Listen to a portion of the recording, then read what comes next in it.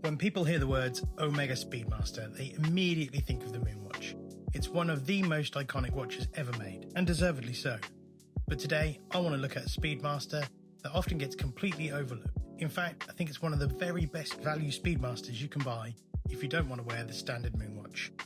This is the Omega Speedmaster Automatic Olympic Edition reference 3513.20 with its absolutely stunning white dial. Now I'll admit straight away, I love this one. Now this is caffeine in chronometers, so before we get any further into the review, I'm going to whip up a quick flat white.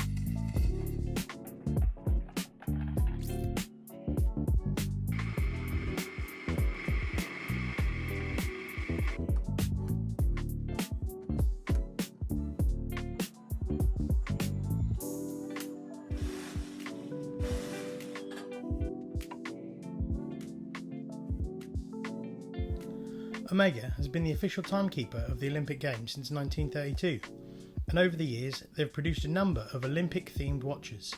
This particular model celebrates the 1932 Los Angeles Olympics with a distinctive chronograph layout inspired by the stopwatch timing instruments rather than the traditional Speedmaster dial.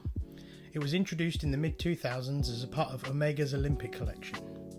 Unlike the Moonwatch, this isn't trying to recreate NASA history.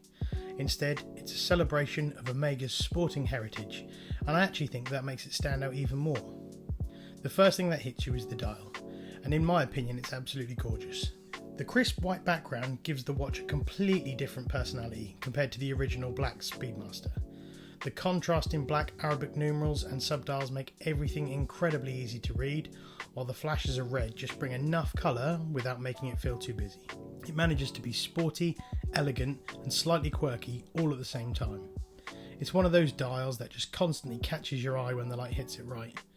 Honestly, I think Neo Vintage Omega absolutely nailed it. The next thing I love is the size. This watch comes in at around 39mm, and for me that is perfect.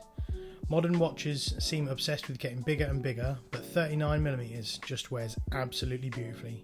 It feels balanced on the wrist and it suits almost every wrist size. I've always preferred slightly smaller sports watch, and this feels much more comfortable than the modern 42mm Moonwatch. It has that classic late 90s and early 2000s Omega feel, and I think it's aged really well. Inside this watch you'll find Omega's automatic caliber 1152, based on the proven Valjoux 7750 architecture. It's reliable, easy to service, accurate and proven over decades. Is it as historically significant as the hand-wound Moonwatch movement? No, of course not. But if you're buying a watch to wear every day, having an automatic movement is super convenient. Just pick it up, put it on and off you go. Now, no watch is perfect. And for me, there's one area where this watch definitely shows its age, and that is the bracelet. Back when this watch was released, it was perfectly acceptable, but compared to modern Omega bracelets, it does feel dated. The links are quite flat, the clasp is basic by today's standards, and overall it simply doesn't have the same premium feel as Omega's newer bracelets. But it's certainly not bad. It's definitely the weakest part of the package, but in fact I think this watch looks fantastic on a leather or even a good quality rubber strap, which instantly gives it a much more modern appearance. Next, let's talk value, because this is where I think this watch is becoming really interesting. Everyone knows the Moonwatch, everyone wants the Moonwatch, which means prices on that continue to climb. But if you want a fantastic Omega chronograph with genuine Speedmaster DNA, this reference flies completely under the radar.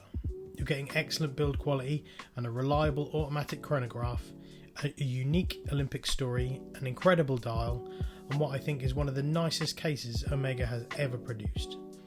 Yet they're still remarkably affordable compared to most other Speedmasters. And that's exactly why I think this is one of the best value Speedmasters on the market today. Is it going to replace the Moonwatch? Absolutely not.